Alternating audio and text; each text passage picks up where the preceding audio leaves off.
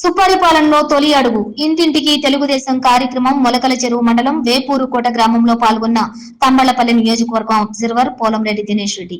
Telugu Desam party జాతీయ అధ్యక్షులు చంద్రబాబు నాయుడు, నారా లోకేష్ అన్న ఆదేశాల మేరకు నియోజకవర్గం ఇన్ఛార్జి దాసరపల్లి జయచంద్రరెడ్డి ఆధ్వర్యంలో తమ్మళ్లపల్లి నియోజకవర్గంలోని మొలకల చెరువు మండలం వేపూరుకోట గ్రామంలో సుపరిపాలనలో తొలి అడుగు ఇంటింటికి తెలుగుదేశం కార్యక్రమాన్ని తెలుగుదేశం పార్టీ జాతీయ అధికార ప్రతినిధి తమ్మళ్లపల్లి నియోజకవర్గం అబ్జర్వర్ మరియు APE MCL chairman Polamreddy Dinesh Reddy ప్రారంభించారు.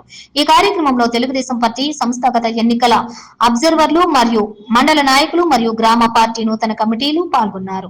ఈ సందర్భంగా నాయకులు స్థానిక ప్రజలను కలిసి తెలుగుదేశం పార్టీ ప్రభుత్వంలో అర్హులైన మరియు భవిష్యత్తులో అమలు చేయదలుచుకున్న సంక్షేమ అభివృద్ధి కార్యక్రమాలను ప్రజలకు వివరించారు.